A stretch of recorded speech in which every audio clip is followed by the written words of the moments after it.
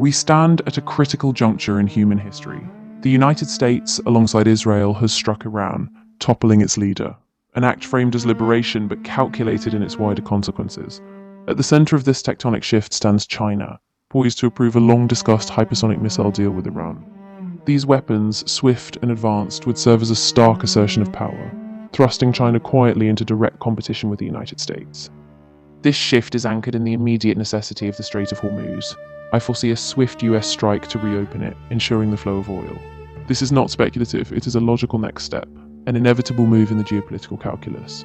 Once that happens, Iran will retaliate, plunging the region further into crisis. In a stark declaration just hours ago, the Iranian army admitted, "Yes, we have struck US bases simultaneously, but what you've tasted is stockpiled material."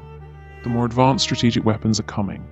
They did not name them, but these would be the most advanced missiles they have. And this is where China's quiet facilitation matters. They do not speak loudly, they act. But in this silence, they alter the balance. Yet, as we pull back like observers from the moon, we see a universal truth. This is not just a war, it is a biological imperative. Like a cell on the verge of mitosis, a hidden energy forms.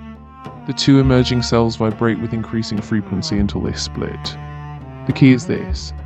Physics tells us that any resistance must be met with equal force. Thus, the split, the transformation depends on us, on the number of us who choose to act. The force grows with every person who consciously participates. This is why we must act, not as frantic resistance, but as a collective wave. The moment will happen, but we can determine how swiftly and how smoothly. In this recognition, we choose to align with nature. We follow a path of growth, and that growth is accelerated by our collective action. Be part of it, not as a passive observer, but as an active force. Together we make this leap easier, smoother, and inevitable.